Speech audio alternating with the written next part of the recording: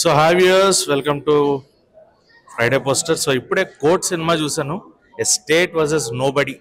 So స్టేట్కి ఒక ఎవరికి కానీ అంటే ఇక్కడ మనకి పాక్సో చట్టం గురించి చాలా సినిమాలు వచ్చాయి, గతంలో చాలా చూస్తున్నాము.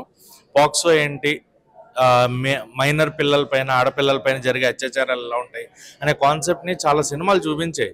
బట్ తప్పు చేయనప్పుడు దాని నుంచి బయటపడవచ్చు, అది తప్పు కాదు అని ప్రూవ్ చేయగలిగితే అనేది చూపించడం కోసం ఈ సినిమా. అండ్ దీంట్లో చాలా విషయాలు చాలా డీటెయిల్డ్గా మాట్లాడారు. నిజంగా చట్టం ఏంటి అనేది తెలియక దాంట్లో ఇరుక్కుపోతున్నారు. డబ్బున్న వాళ్ళ దగ్గర లేని వాళ్ళు ఉంటే ఆ డబ్బుతో కొనుక్కుంటున్నారు, అబద్ధాలని కొంటున్నారు, నిజాలని కొంటున్నారు, పోలీసులను కొంటున్నారు, సాక్ష్యాలను కొంటున్నారు.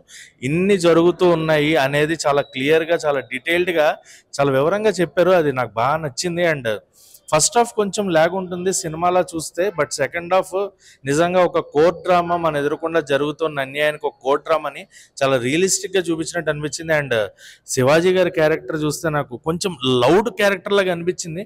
అంత లౌడ్ ఉండక్కలేదు అనిపించింది, బట్ నాకు చూస్తే మటుకు చాలా మంది భయపడతారు అనమాట శివాజీ గారి క్యారెక్టర్ చూసి.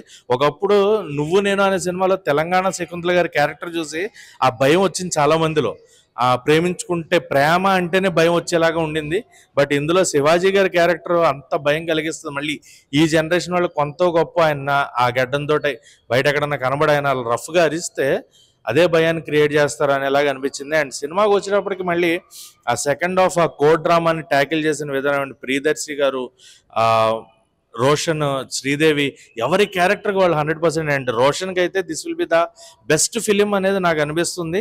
సో ఇంతకుముందు స్వాగ్లో ఒక డిఫరెంట్ క్యారెక్టర్ చేశాడు, స్వాగ్ తర్వాత నాకు మళ్ళీ అంటే స్వాగ్కి ముందు స్వాగ్ తర్వాత అనుకున్నాం, బట్ ఆ తర్వాత కోర్టుకు ముందు కోర్టు తర్వాత అనేలాగా తన లైఫ్ టర్న్ అవుతుంది అనేది ఉంది. అండ్ ప్రియదర్శి గారికి బలగం ఒక డిఫరెంట్ సినిమా అయితే, కోర్ట్ ఇంకో డిఫరెంట్ సినిమా. ఒక లాయర్గా ఎంత ప్రొఫెషనల్గా ఉండాలి అనేది చాలా బాగా చూపించారు. అండ్ సాయి కుమార్ గారు సపోర్టింగ్ రోల్లో he did his best. And Shivaji గారి క్యారెక్టర్ గురించి ఇందా చెప్పుకున్నాం ఆల్రెడీ, ఆయన క్యారెక్టరైజేషన్ అండ్ అది. అండ్ భయపెట్టే క్యారెక్టర్లో ఆయన చేస్తే మామగారిగా మనకి చూసుకుంటే కనుక క్యారెక్టర్స్ ఏవైతే ఉన్నాయో మిగతా క్యారెక్టర్స్ అన్నీ కూడా, సో ఇవన్నీ ప్రతి క్యారెక్టర్ చాలా ఇంపార్టెంట్ అనిపించేలాగా చూపించారు. ఏ క్యారెక్టర్ తక్కువ ఉండదు, ఏ క్యారెక్టర్ ఎక్కువ ఉండదు. సో సినిమా అయితే నాకు చాలా నచ్చింది.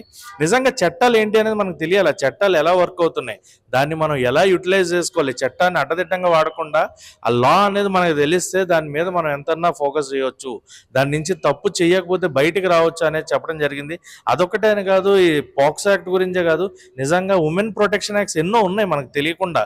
నిర్భయ యాక్ట్ అని అవ్వచ్చు, లేదంటే ఆడవాళ్ళ సంరక్షణ కోసం, పిల్లల సంరక్షణ కోసం చాలా డిఫరెంట్ యాక్ట్స్ ఉన్నాయి. అవి ఏంటి అనేది వాళ్ళకి తెలియనప్పుడు, మిస్కాన్సెప్షన్స్కి రియాలిటీస్కి డిఫరెన్సెస్ తెలియనప్పుడు వాళ్ళు ఇంట్లో అలా మగ్గిపోతూనే ఉంటారు అనేది కూడా ఒకటి ఉంది. సో ఇలాంటివి ఇంకా పనికొచ్చే విధంగా ఇంకా మంచి సినిమాలు కొంచెం క్లారిటీగా స్టోరీలోకి ఎక్కువ టైం తీసుకోకుండా కంటెంట్ డ్రివెన్గా వెళ్ళగలిగితే ఇంకా బాగుంటుంది. బట్ ఈ సినిమా అయితే నాకు లిటరల్లీ నచ్చింది. అండ్ ఆ సినిమాకి మనం రేటింగ్ ఇచ్చుకోవాలనుకుంటే 5కి 2.75 రేటింగ్ ఇవ్వచ్చు. సినిమా మిస్ అవ్వద్దు. కోర్ట్ డ్రామా ఎంజాయ్ చేసేవాళ్ళు, థ్రిల్లర్స్ ఎంజాయ్ చేసే వాళ్ళకి, కోర్ట్ డ్రామాస్ని బాగా కూర్చొని చూసే వాళ్ళకి ఈ సినిమా ఖచ్చితంగా నచ్చుతుంది. సో కోర్ట్, నాని గారు ఏదైతే నమ్మకం పెట్టుకున్నారో సినిమా పైన నమ్మకం అయితే నిలబడింది. నాని గారు సక్సెస్ అయ్యారు. So Priyadarshi garu and everyone will be happy today. So నాకైతే పబ్లిక్ అందరూ కూడా, జనాలందరికీ ఈ సినిమా నచ్చుతుంది. So please do watch it in theatres. Court థియేటర్స్లో ఉంది. మంచి సినిమా, నిజాలు అండ్ లా తెలుసుకోవాల్సిన సినిమా. పాక్సో చట్టం అంటే ఏంటి, అది ఎలా ఉంటుంది అనేది కూడా చాలా డీటెయిల్డ్గా ప్రతిదాన్ని మాట్లాడారు. అండ్ క్లైమాక్స్లో ప్రియదర్శి గారు చెప్పే మాటల్ని ఆలోచింపజేసే విధంగా ఉంటాయి. మిస్ అవ్వద్దు, థియేటర్స్లో ఉంది court cinema. Please do watch it. Thank you.